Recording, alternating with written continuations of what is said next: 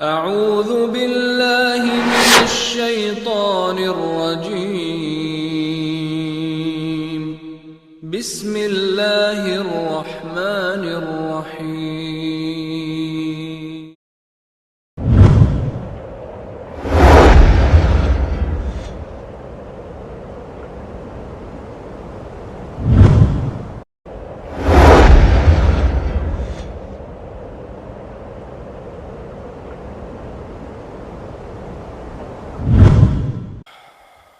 کسی بھائی نے پوچھا ہے علماء دیوبند کے عقائد کے حوالے سے اور ان کے پیچھے نماز پڑھنے کے حوالے سے۔ ان کے عقائد ان کی اپنی کتابوں میں معروف ہیں، موجود ہیں۔ علماء دیوبند، میں عامت الناس کی بات نہیں کر رہا، علماء دیوبند عقیدہ وحدت الوجود کے قائل ہیں۔ تمام علماء اس عقیدے کے قائل ہیں۔ اس عقیدے کی روشنی میں نعوذ باللہ ثم نعوذ باللہ کائنات کی ہر چیز کو وہ اللہ کی مختلف صورتیں ہی بیان کرتے ہیں۔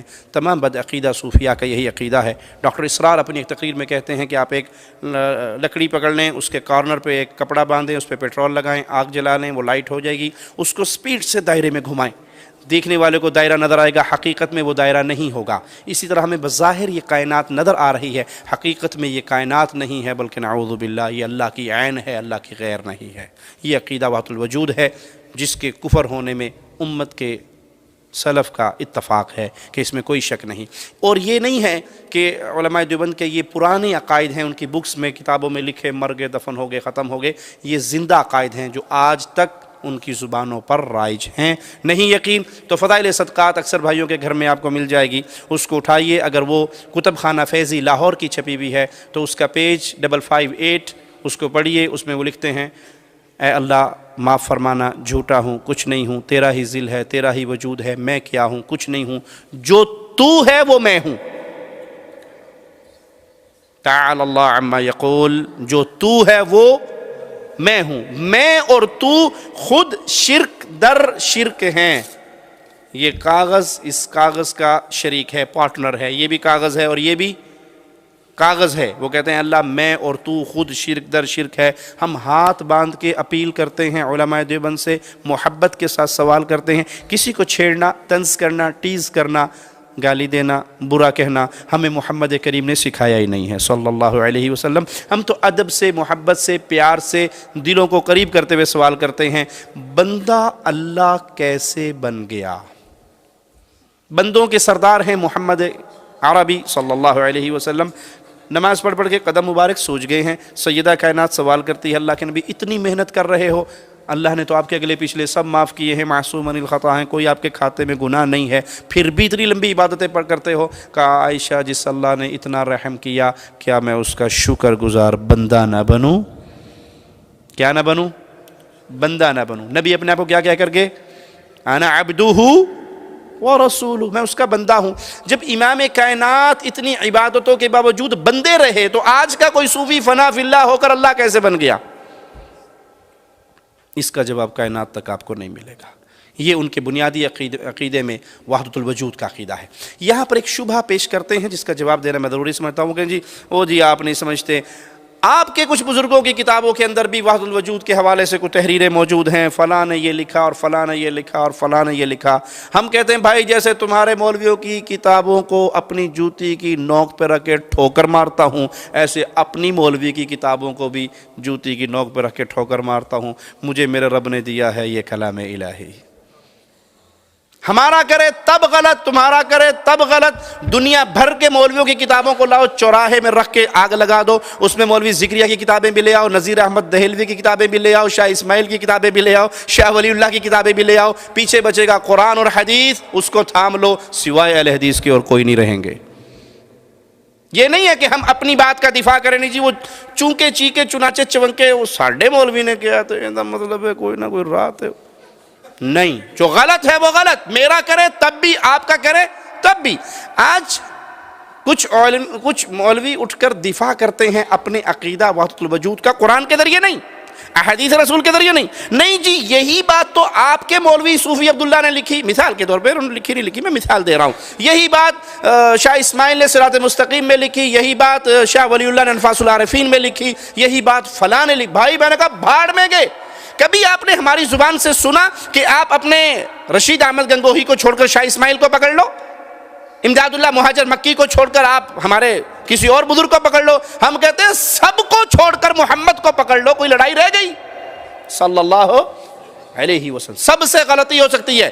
کروڑ بابے بزرگ بھی اکٹھے ہو جائیں تو وہ ہمارے محدثین اولیاء اللہ کے برابر آج کا مولوی نہیں ہو سکتا. جب ہم ان کے بارے میں کہتے ہیں کہ ان کی بھی کوئی بات غلط ہوئی تو اس کو چھوڑا جائے گا, مصطفیٰ علیہ السلام کی بات کو نہیں چھوڑا جائے گا, تو ہمارے اوپر اعتراض اگر کسی نے کرنا ہے, میری بات کو نوٹ کیجئے, ہمارے اوپر اگر کوئی اعتراض کرنا چاہتا ہے تو وہ شاہ اسماعیل کی کتابوں پہ نہ کرے, وہ شاہ ولی اللہ کی کتابوں پہ نہ کرے, وہ کسی اور باب مولوی کی کتاب پہ نہ کرے.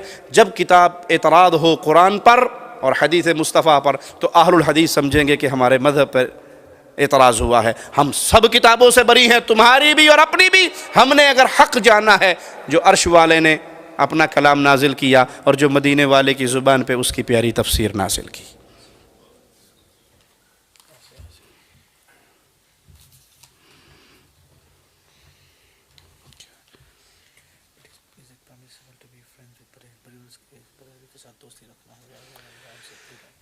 اسی جو پچھلا سوال رہ گیا اس میں ایک سوال باقی تھا کہ کیا ان لوگوں کے پیچھے نماز پڑھنا جائز ہے جس کے عقیدے میں شرک ہے. موٹا اصول, موٹا قانون آپ کو دے کے جاتا ہوں. جس کے عقیدے میں شرک ہے یا ایسی بدعت کا داعی ہے, ارتکاب کرتا ہے جو بدعت مکفرہ ہے, کفر تک پہنچتی ہے, اس کے پیچھے نماز پڑھنا جائز نہیں ہے. جو ان عقائد سے, ایک شخص کا پوچھتے ہیں, وہ کہتے ہیں میں دیوبندی ہوں لیکن میں وحدت الوجود کو نہیں مانتا, میں تقلید اعمیٰ کو نہیں مانتا. ٹھیک ہے, شخصی تقلید کو میں نہیں مانتا کہ ایک بندے کی ہر بات میرے لیے اتھارٹی ہو جائے, بھلے وہ قرآن کے بھی خلاف ہو دے, میرے یہ عقائد نہیں ہیں. تو اسے کہا جائے گا جزاک اللہ خیر, آپ کے یہ عقائد نہیں ہیں, تو جن کے یہ عقائد ہیں ان سے برات کیجئے. جن سے یہ عقائد ہیں ان سے برات کیجئے کہ نہ میرے یہ عقائد ہیں نہ یہ میرے علماء ہیں, میں تو قرآن حدیث کو مانتا ہوں, پھر وہ ہمارا بھائی ہے, ہم اس کے پیچھے نماز پڑھیں گے. لیکن جو ان کتابوں کو مانے, ان کا دفاع کرے, وہ انہی عقائد پہ ہے تبھی تو دفاع کر رہا ہے. میں اس کی ایک زندہ مثال دیتا ہوں. میرے بڑے بھائی ڈاکٹر شفیق الرحمان, وہ ایک دفعہ مولانا عثمان صاحب تبلیغی جماعت کے فیصل آباد ڈویژن کے اس دور میں امیر ہوا کرتے تھے. یہ میرا خیال ہے 88 یا 89 کا واقعہ ہے. تو ہمارے گھر میں آئے, میں اس مجلس میں خود موجود تھا. تو بڑے بھائی نے ان سے پوچھا کہ شیخ اگر کوئی یہ کہے کہ اے اللہ جو تو ہے, میں کہا استغفر اللہ, یہ تو کفر ہے. کوئی یہ کہے کہ میں وہ بزرگوں کی قبر پہ گیا تو اونٹ پہ بیٹھ کے گئے تھے, وہ قبر والا اندر سے نکلا, اونٹ ذبح کیا, واپس چلا گیا, ہم نے اونٹ کھایا پیا, واپس آ رہے تھے. کسی نے پوچھا تمہیں فلاں ابن فلاں کون ہے, کہا میں ہوں. کہا کوئی سودا تو نے کیا اونٹ کا, کہا ہوں قبر والے کو بیچا تھا, میرے پہ اودی قبر سی, اودے بدلے اے لیلا. یہ کیا ہے, کہا جھوٹ ہے, ڈرامہ ہے, قصہ ہے, کہانی ہے, کچھ نہیں. اس طرح جتنے ان کی کتابوں کے اندر باطل عقائد ہیں وہ بڑے بھائی نے ان کے سامنے پیش کیا. تو وہ ہر بات پہ کہتے رہے غلط ہے, جھوٹ ہے, غلط ہے, شرک ہے, بدعت ہے. جب وہ سارا کیس بیان کر دیا تو بھائی نے پیچھے فضائل اعمال چھپائی ہوئی تھی, وہ نکال کے مولوی صاحب کے سامنے رکھ دی. مجھے وہ سین یاد ہے, مولوی صاحب یوں کر کے بیٹھ گئے, اور جب سر اٹھایا تو سر اٹھانے کے بعد کہنے لگے بزرگوں نے لکھا ہے, سوچ سمجھ کے لکھا ہوگا, ہماری عقل وہاں پہ نہیں پہنچتی جہاں بزرگوں کی پہنچتی ہے. میں نے کہا سب کی عقلیں فیل ہو جاتی ہیں جب وہ محمد کی عقل سے ٹکرا جائے, سب کی عقلیں ختم ہو جاتی ہیں جب وہ کلام محمد سے ٹکرا جائے صلی اللہ علیہ وسلم. یہ ذات محمد مصطفیٰ ہے جو جب کہے, جو کہے, جیسا کہے دین بن جاتا ہے. اور پیارے حبیب کے بعد یہ شان کسی اور کی. میرے نبی روتے ہوئے کہیں تو دین, سوتے ہوئے کہیں تو دین, جاگتے ہوئے کہیں تو دین. میرے نبی نماز پڑھے تو دین, میرے نبی نماز چھوڑے تو دین, میرے نبی روزہ توڑے تو دین. دلیل مانگیے مجھ سے.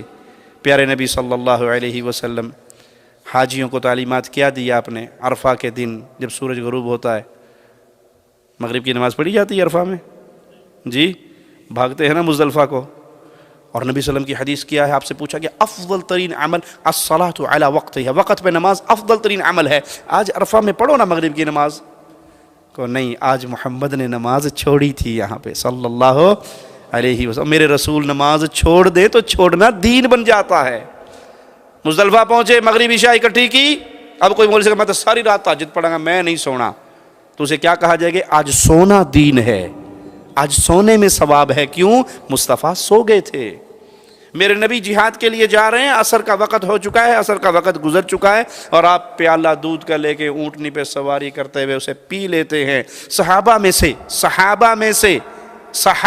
سے کچھ صحابہ جو بڑے جوان مرد اور طاقت بھرپور جسم والے، انہوں نے سوچا کہ تھوڑا سا ٹائم رہ گیا ہے، تھوڑا سا ٹائم رہ گیا ہے، تو ہم یوں کرتے ہیں روزے کو لمبا کرتے ہیں اور پورا وقت پہ افطار کریں گے، ہمارے اندر کمزوری بھی نہیں آئے گی، ویکنیس بھی نہیں آئے گی، بڑے پاورفل ہیں، روزے کا بھی پورا ثواب مل جائے گا اور جہاد کرتے ہوئے بھی کوئی پریشانی نہیں ہوگی۔ پیارے حبیب کو خبر ملی، فرمایا اولئک العصاۃ، یہ نافرمان ہے، یہ نافرمان ہے، یہ نافرمان ہے۔ جب محمد نے روزہ افطار کر لیا تو افطار کرنا دین ہے صلی اللہ علیہ وسلم۔ آپ نے کہا عبداللہ فجر پڑھتے ہی نکل جانا، جمعے کا دن ہے، دیکھتے ہیں کہ عبداللہ سامنے بیٹھے ہوئے، کہا نکلے نہیں، کہ اللہ کے نبی صلی اللہ علیہ وسلم میں نے نکلتا ہوئے یہ سوچا جہاد پہ جا رہا ہوں، کچھ بھی ہو سکتا ہے، شہید بھی ہو سکتا ہوں، پتہ نہیں واپس لوٹوں یا نہ لوٹوں، جمعے کا دن ہے، آج کیوں نہ جمعہ آپ کے پیچھے پڑھوں، خطبہ آپ کا سنوں، جماعت آپ کی نصیب ہو جائے، مسجد نبوی ہو، آپ خطیب ہوں، آپ امام ہوں، اور میری سواری بڑی تیز ہے، دوڑاتا بجا کے اپنے ساتھیوں کے مل جاؤں گا۔ کہا عبداللہ جو میرا حکم سن کے نکل گئے تھے، تو احد پہاڑ کے برابر سونا بھی خرچ کرے گا تو ان کے اجر کو نہیں پا سکتا۔ یہ شان ہے محمد کریم صلی اللہ علیہ وسلم کی، جو کہتے ہیں دین، اور آپ کہتے ہیں جی یہ شان ہے ہمارے بزرگوں نے لکھا ہے، سوچ سمجھ کے لکھا ہوگا، غلط نہیں ہو سکتا۔ یہ کہاں کا دین ہے؟ یہ اندھی تقلید نہیں۔ تو پھر ان سے برات لازمی ہے، اگر وہ ان سے برات کرتا ہے تو پھر اس کے پیچھے نماز پڑھی جائے گی، اس کے ساتھ محبت کی جائے گی۔ اسی طرح بھائی نے پوچھا ہے بریلویوں کے ساتھ دوستی محبت، ہر اہل شرک اور اہل بدعت کے ساتھ تعلق رکھا جائے گا، کس بنیاد پہ؟ دعوت کی بنیاد پہ۔ ایک یہودی کا گھر ہے، اس سے پوچھا جاتا ہے یہ گھر بیچ دو، عبداللہ ابن مبارک کے پڑوس میں، کہا 2000 درہم کا بیچوں گا، 2000 درہم کا بیچوں گا۔ کہا اچھا اچھا اچھا، اس کی مارکیٹ ویلیو تو 2000 نہیں ہے، 1000 ہے، تم ڈبل ریٹ کیوں مانگ رہے ہو؟ کہا 1000 درہم تو قیمت ہے اس مکان کی، 1000 درہم قیمت ہے عبداللہ ابن مبارک کے مبارک پڑوس کی۔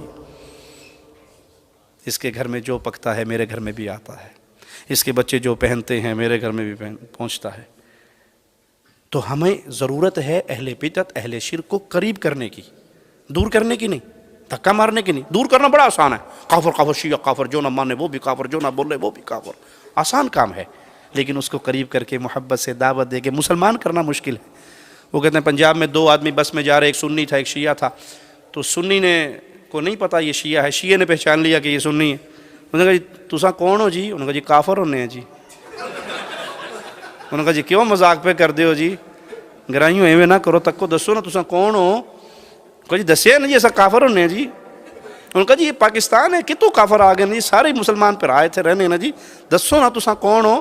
کہتے میں 10 چھوڑیا پھر تو بھی تو کافر آگ سے نا۔ کہتا کہ مطلب نے؟ کہا میں شیعہ ہاں۔ کہتا پھر تو کافر ہے۔ کہا میں نے پہلے مان لیا میں کافر ہوں بھائی۔ تو پیارے بھائی کسی کو دھکا دینا بہت آسان ہے، کسی کو گالی دینا بہت آسان ہے، کسی پہ مشرک بے ایمان، یہ اسلام نے نہیں سکھایا۔ موسیٰ علیہ السلام کو اللہ کہہ رہا جاؤ فرعون کے پاس، قول لین، آرام سے، نرم، میٹھی، پیار سے بات کرو۔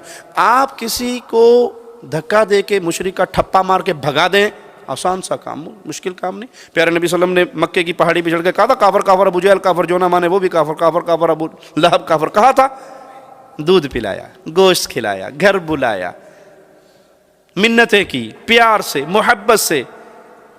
آپ کے درد کو دیکھ کر وہ مسلمان ہو گئے، آپ کے چہرے کو دیکھ کر وہ، آپ کی زبان مبارک کو سن کے۔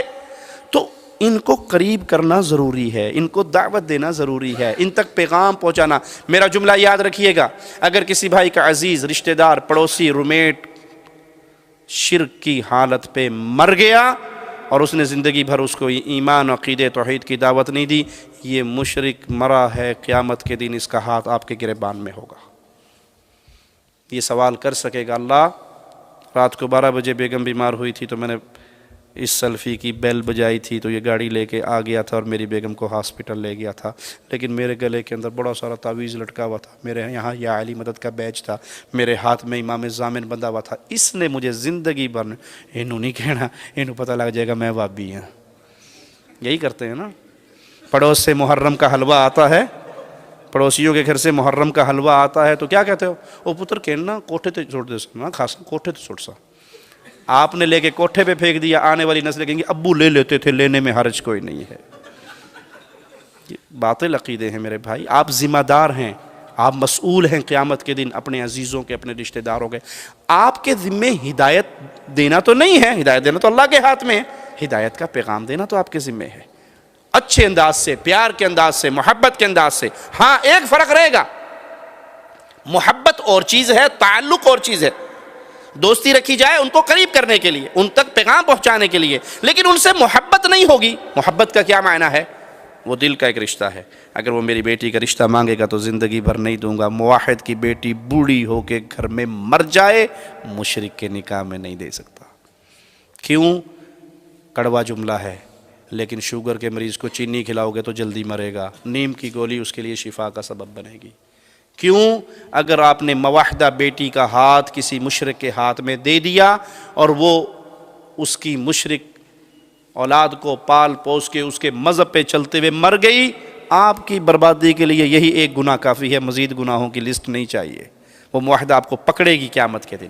اللہ میں اہل توحید میں سے تھی، اس نے کہا تھا خان کو خان ملے گا تو دوں گا. مشرک خان مل گیا تو دے دی، مشرک سید مل گیا تو دے دی، مشرک کشمیری مل گیا تو دے دی، مشرک پنجابی مل گیا تو دے دی، مشرک ارائی مل گیا تو دے دی. مواحد غیر خان، غیر سید، غیر راجپوت کو نہیں دی.